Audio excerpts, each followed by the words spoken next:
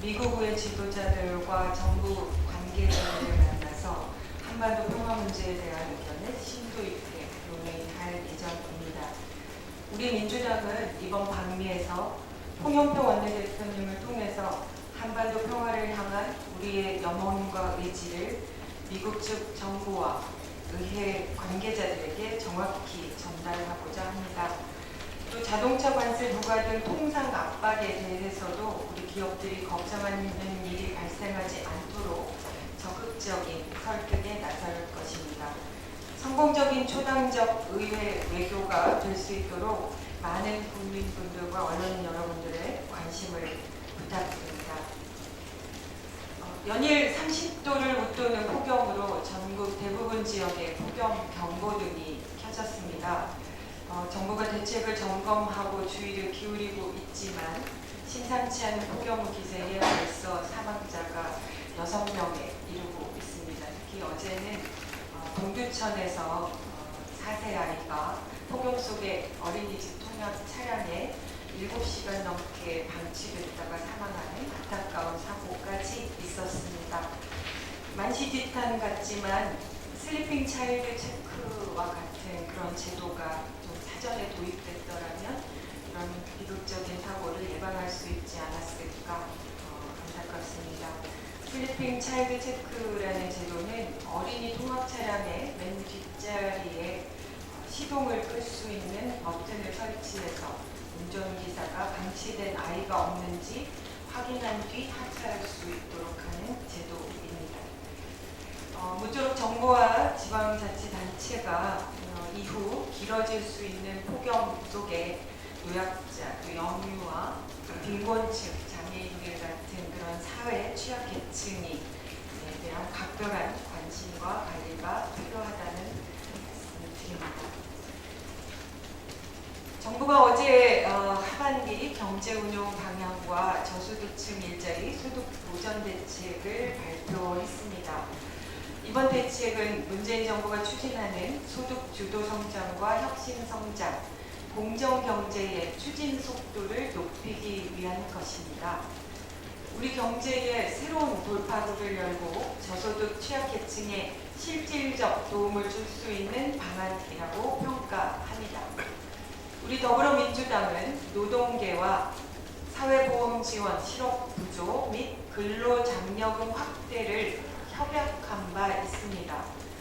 김동연 경제부총리에게 하반기 경제 운용에 이런 내용을 반드시 포함시켜 줄 것을 홍영표 원내대표가 요청했고 큰 틀에서 이렇게 하반기 경제 운용 방안에 담겨진 것을 환영하는 바입니다.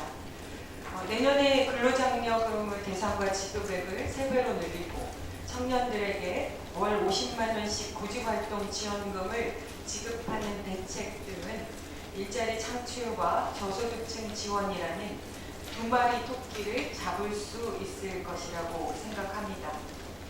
앞에서 우리 정책위 의장님께서 말씀해 주셨지만 영세 자영업자와 소상공인을 위해서 카드 수수료를 0% 초반으로 낮추고 저금리 대출 규모도 1조 원으로 확대하는 그 대책도 긍정적인 효과가 기대됩니다. 모쪼록 정부는 이번 대책을 빠르게 실행에 옮겨서 국민들이 피부로 느낄 정도의 성과를 낼 수 있도록 최선을 다해 주시기 바랍니다. 무엇보다 국회의 역할이 중요합니다.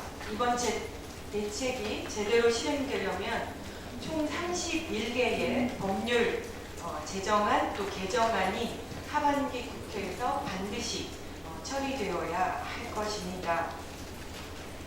야당은 이렇게 민생과 경제를 살리는 길에 적극 동참해 주시길 다시 한번 당부드립니다. 거듭 말씀드리지만 소득 주도 성장은 최저임금 인상만을 강조하는 것이 아닙니다. 취약계층의 임금과 가계소득을 늘려서 총수요를 구조적으로 확대함으로써 성장과 분배가 선순환하는 경제 체질을 만들자는 것입니다. 이를 위해서 최저임금 인상과 함께 주거, 교육, 양육비 등 생활 비용을 줄여서 가계의 사회소득을 늘려주고 실업급여와 근로장려금 확대로 사회 안전망을 강화하는 다양한 방법들을 강구하고자 하는 것입니다. 어제 대책은 앞으로 소득주도 성장과 혁신성장, 공정경제라는 새 바퀴를 더욱 속도감 있게 추진하겠다는 방향성을 제시한 것입니다. 이를 위해서는 재정의 적극적인 역할이 필요합니다. 재정 확대를 통해 사회 불평등을 개선하고 사회복지 투자를 늘리는 것은 장기적으로 경제 성장률을 높이는 데 도움이 됩니다. 지금은 재정을 쌓아두기보다는 경제의 활력을 불어넣기 위해 과감하게 사용해야 할 때입니다. 무엇보다 우리나라 재정 건전성은 주요 선진국보다 훨씬 양호합니다. GDP 대비 국가 채무 비율이 38.6%로 OECD 평균인 112.2%보다 훨씬 낮습니다. 지금은 우리 경제를 지속 가능한 체질로 바꿔가는 과정입니다. 재정 확대는 소득주도 성장의 성공을 위해 반드시 필요한 정책 수단이라고 우리는 생각합니다. 이상입니다. 네, 다음은 이훈의 육정조위원장 모두 평가가 있겠습니다. 네, 일본 정부의 독도 왜곡 역사 도발에 대해서 한 말씀 드리겠습니다. 7월 17일 일본 정부는 독도가 일본 영토라고 가르치라는 고등학교 학습 지도 유령 해설서를 당초 계획보다 3년을 앞당겨서 내년 2019년부터 적용하겠다고 발표했습니다. 작년에 초중학교 사회과 학습 지도 유령 해설서를 개정한 지 1년 만에 고등학교 해설서도 개정하고 이젠 당장 내년부터 역사 왜곡 주입 교육을 강행하겠다는 뜻을 밝힌 것으로 보입니다. 불과 열흘 전에 한미일 외교장관 회의에서 아베 총리는 한일 관계를 미래지향적으로 더욱 발전시키겠다 이렇게 말씀하셨습니다. 그런데 며칠이나 됐다고 돌아서서는 독도는 일본 땅이다 이렇게 주장하고 있는 것입니다. 일본 정부의 이러한 이중적 행위를 강력히 규탄하지 않을 수 없습니다. 해당 조치를 즉각 철회할 것을 촉구합니다. 일본의 이러한 역사 퇴행적인 태도는 한일 양국의 신뢰를 크게 훼손할 뿐만 아니라 동북아 및 국제사회의 안정과 평화를 위협하는 일입니다. 최근에 역사적인 남북, 북미 정상회담 이후 새로운 한반도 동북아 통화 시대를 위해서 모두가 아낌없이 노력을 기울이고 있는 가운데 일본만 해방꾼 노릇을 하며 국제사회에서 고립을 자초하는 것은 아닐지 돌아봐야 할 것입니다. 우리 국회는 제2대 국회 때인 1953년 7월 8일 일본의 독도 침범 사건에 대해서 규탄하고 정부의 대응책을 요구하는 것을 시작으로 해서 일본이 독도 망언과 도발을 일삼을 때마다 한 목소리로 이를 규탄하고 결의안을 채택하면서 독도와 역사를 지키기 위해서 강력히 대응해왔습니다. 이번 사태 역시 더불어민주당을 비롯한 여야 전체가 독도 지킴이가 되어서 일본의 영토 주권 도발에 강력하고 단호하게 대응해야 할 문제라고 생각합니다. 이제 후반기 정기국회가 본격화되면 이를 바로잡기 위해서 초당적 차원에서 함께 노력하겠다는 말씀을 드립니다. 이상입니다. 네, 다음은 팀장의 오정세 위원장 평가드리겠습니다.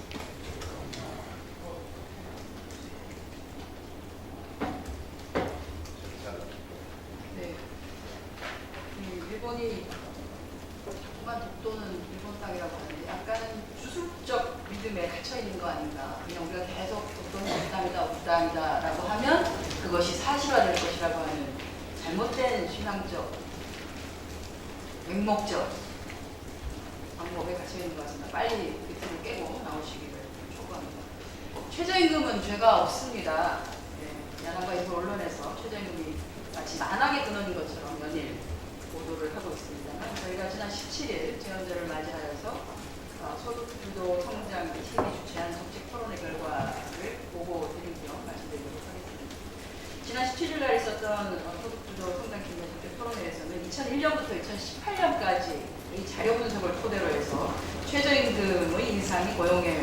미치는 부정적 효과는 작고 저임금 불평등 개선 효과는 상당히 크다는 것이 다양한 실증적인 근거를 통해서 확인되었습니다. 또 다른 하나의 문제인 취업자 수 증가 속도의 둔화와 관련해서 특히 올해 6월 청년의 취업자 수가 전년 동월 대비 감소한 것, 한 4만 2천 명 정도 감소한 것으로 나와 있는데요. 이 기간 인구는 오히려 그보다 훨씬 더 많이 감소했습니다. 약 14만 4천 명 정도가 감소했습니다. 그렇게 따르면 고용률은 오히려 0.2% 상승한 것으로 나타났습니다. 즉 다시 말하면 최저임금 인상의 부정적 효과를 강조할 것이 아니라 우리가 생산인구의 감소가 시작되는 구조적인 변화의 시대에 접어들었다고 하는 것을 우리 스스로가 다 모두 인정을 해야만 합니다. 우리 사회의 인구 구조 변화에 대한 고려가 없는 잘못된 진단이 바로 최저임금에다가 모든 죄를 더 씌우는 방식인 것입니다. 이제 우리는 저출산 고령화와 이로 인한 저소비, 저소득이라는 사회 구조적 변화에 대응하는 새로운 패러다임으로 전환되어야 할 시기입니다. 이러한 전환의 과정에서 나타나는 또는 예상되는 여러 상황에 대해서 저희 집권 여당이 더 면밀하게 살피고 보완하도록 하겠습니다. 이것은 불평등을 축소하고 소득의 안정화를 통해서 이게 아니라 총수요를 그대로 유지해 나가는 것, 이것이 기본이 되어야 하고 그것이 정말로 중요한 부분인 것입니다. 그렇게 하기 위해서 적극적인 방식으로 총수요를 유지 확대해 나가도록 노력하는데 그 근저에 바로 소득 주도 성장 정책이 자리하고 있다는 말씀드리겠습니다. 거듭 강조드립니다. 최저임금은 죄가 없습니다. 소득 주도 성장팀이 저희 여당이 더욱더 노력하도록 하겠습니다. 감사합니다. 네, 다음은 김경엽 이정도 위원장 현안 발언 드리겠습니다. 안 하려고 했는데 잠깐 한 말씀만 드리겠습니다. 예, 최근 우리가 4.27 판문점 선언에서 남북이 금년 내에 종전선언을 하기로 합의를 했는데요. 최근에 종전선언 문제를 놓고 여러 가지 좀 오해와 우려들이 제기가 되고 있는 부분이 있는 것 같습니다. 우리 국내에서도 그렇고 지난주에 방문했을 때 보니까 미국 정치권에서도 거의 똑같은 일부의 얘기가 그런 제기되고 있는데요. 그 내용을 보면은 종전선언이 북한의 비핵화가 되지 않는 상황에서 이루어질 경우에 북의 핵 보유를 정당화하게 된다라거나 또는 종전선언이 주한미군을 철수하도록 한다라고 하는 제기입니다. 문제 제기입니다. 결론부터 말하면 전혀 사실이 아닙니다. 종전선언은 한국전쟁을 공식적으로 끝낸다는 것이고요. 즉 이는 상호 군사적으로 공격하거나 침략해서는 안 된다는 뜻입니다. 이는 평화체제 구축을 위한 필수 요건으로 남북한 모두에게 반드시 필요하고 중요한 문제입니다. 또한 북에 대한 위협을 해소시켜 줌으로써 북한이 주장하는 비핵화의 전제 조건인 체제 안전 보장이 되기 때문에 오히려 비핵화를 촉진시킬 수 있습니다. 그리고 종전선언을 하면 정전협정에 따른 유엔사가 해체되어야 하고 유엔사를 지원해왔던 미군의 주둔 근거가 없어진다는 주장 역시 사실이 아닙니다. 현행 정전협정에 의하면 한반도에서 모든 외국 군대는 철수하도록 권고하고 있어서 오히려 주한미군 주둔에 정당성이 없습니다. 이를 해결하고자 한미 방위 조약이 체결된 것이고 주한미군은 한미 방위 조약에 근거하기 때문에 종전선언과는 무관한 문제입니다. 즉 종전선언 후 평화협정이 체결될 경우 합의하기에 따라서 정전관리 유엔사를 평화유지군 형태로 성격의 변화가 가능하고 주한미군도 동북아 지역에서의 균형자적 평화유지군 형태로 주둔의 근거가 마련될 수 있다는 점 강조드립니다. 이상입니다.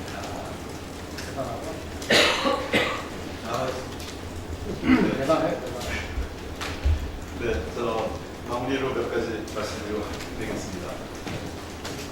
최근 최저임금과 소득주도 성장 높이고 논란이 많이 있습니다. 대한민국 경제 패러다임을 바뀌는 과정에서 선한 진통이 불가피할 것으로 생각합니다. 그럼 어떻게 될까요? 다시 과거의 성장주의 그리고 이 낙수 효과에 의존을 해야 되겠습니다. 노동자들은 장시간 노동과 저임 노동자로 돌아가야 되겠습니다. 다시 구로공단 만들까요? 그런 식으로 해서 대한민국 경제가 살아날 수 있으면 그렇게 하겠지만 이미 세계 경제의 구조가 바뀌어서 우리가 그런 낙수 효과라든지 저임금 노동자 장시간 노동에 기대해서 성장할 수 있는 것은 더 이상 기대할 수 없습니다. 해석하기도 그럴 수 있다면 그렇게 해보겠는데 그러기에는 대한민국 경제나 글로벌 경제 구조가 너무 바뀌었습니다. 그 누구보다 그런 걸 잘 알고 있는 게 경제학자들인데 경제학자들은 그런 대한민국 경제 위기나 변화에 대한 것에 침묵하고 있고 모든 것을 최저임금의 탓으로 돌리고 있습니다. 이미 제대로 된 일자리가 없는 속에서 자영업으로 내몰린 많은 서민들이 그러다 보니까 자영업이 현재는 매우 과밀화되어 있습니다. 최저임금조차 줄 수 없는 상황에서의 그 자영업을 운영하는 것 자체가 대한민국 경제의 현실입니다. 프랜차이즈업, 일본이 프랜차이즈 업계에 사실 우리보다 훨씬 더 앞서 있는 일본의 소위 편의점 시장을 보면 우리하고 구조적으로 다릅니다. 이미 인구 대비로 봐도 우리가 일본에 비해서 인구에서의 두 배가 넘어가고 있습니다. 일본은 2,300명당 편의점 평균꼴인데 우리는 1,200명당 편의점 평균꼴을 존재하고 있습니다. 그리고 일본 편의점을 가보시면 최소한의 일정 규모의 점포 규모와 매우 다양한 품목을 갖고 있습니다. 그리고 과거 일본도 90년대 중반 이후 편의점 위기 이후에 편의점의 경쟁력 개선을 위해서 편의점에서 예를 들면 택배 서비스라든지 복사, 이런 어떤 사무용 업무에 대한 서비스를 증강하는 등 시장에서 살아남기 위한 여러 가지 노력을 프랜차이즈 본사가 노력을 해왔습니다. 대한민국 프랜차이즈 본사들은 뭘 하고 있습니까? 그저 가맹점주로부터 수수료 받는 것 이외에 뭘 하고 있는지 모르겠습니다. 가맹점 늘리는 거. 그것이 과거 대한민국 경제 노동자들에게 장시간 노동해서 저임금으로 경제 성장의 양만 늘려왔던 것과 무엇이 다른지 모르겠습니다. 지금 대한민국 경제는 그런 노동시간을 늘리고 자원 투입을 늘리는 외연적 성장의 시대가 끝나고 작은 시간 그리고 최대한 효율성을 높이는 내포적 성장의 시기로 전환해 갈 때입니다. 이미 그게 90년대 우리가 그걸 못했기 때문에 IMF 경쟁이 맞았던 것이고 지금도 그러한 과정이 있다고 생각합니다. 최근에 한국 경제 얘기를 거기서 또다시 최저임금의 문제, 또 을들의 문제로만 치환해서 논쟁이 이어간다면 저는 대한민국 경제의 희망과 미래가 사라진다고 생각합니다. 다시 과거 경제를 회귀할까요? 우리의 경쟁 상대는 중국이나 동남아 국가들이 올라온 국가가 아니라 이제는 유럽 국가들 상대로 해서 그들과 동일한 조건선상에서 우리가 어떻게 경제에서 이길 수 있는가를 모색해야 된다고 생각합니다. 건강한 논의는 정부 여당 차원에서 적극 수용하고 논쟁을 하겠습니다만 이것을 마치 경제 프레임을 갖고 이념 논쟁을 하겠다는 것에 대해서는 단호하게 대응하겠습니다.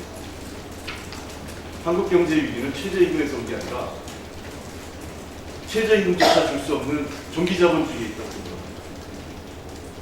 이 문제에 대해서 해결하기 위해서 대한민국은 이제 변화해야 되고 혁신해야 됩니다. 정말 오늘 다시 한번 이 최저임금 문제가 이렇게 논의된다는 게 어떤 면에서는 아마 다른 나라에서는 굉장히 이상한 경제 현상이라고 생각합니다. 상가 임대차 보호법, 일본은 이미 1924년도에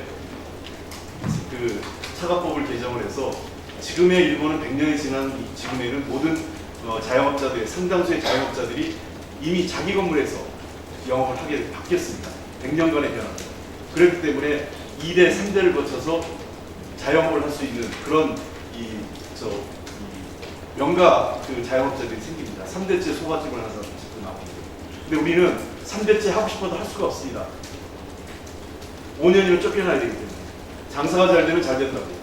장사가 안 되면 임대를 못 내서 쫓겨나는 게 현실입니다. 그런데도 이 상가 임대차 보호법이 마치 5년에서 10년 늘리는 것 같고 일본은 아예 특별한 규정에서 나갈 수 없는데도 그런 규정을 갖고 있는 일본에 비해서는 턱도 없는 규정인데 그것이 시장 경제를 훼손하는 것이라고 반대하는 것이 정상적이라고 생각합니다. 자본주의 시장 경제 원리 이전에 사람 사는 세상이 저는 중요하다고 생각합니다. 상가 임대차 보호법, 그다음에 프랜차이즈 가맹점법 등의 개선에 대해서 자유한국당이 다시 한번 자본의 논리가 아니라 사람의 목소리를 들어주시기 바랍니다. 한 가지 광고 있습니다. 아까 제가 제로페이 구축 방안과 관련해서 말씀드렸는데요. 내일 10시에, 내일 오전 10시에 의원회관에서 관련해서 저희 정책위 주관으로 토론회가 개최가 됩니다. 많은 관심 부탁드리겠습니다. 네, 자 이것으로 그 비공개 회의를 전환하도록 하겠습니다. 언론인들의 부탁드립니다. 우리는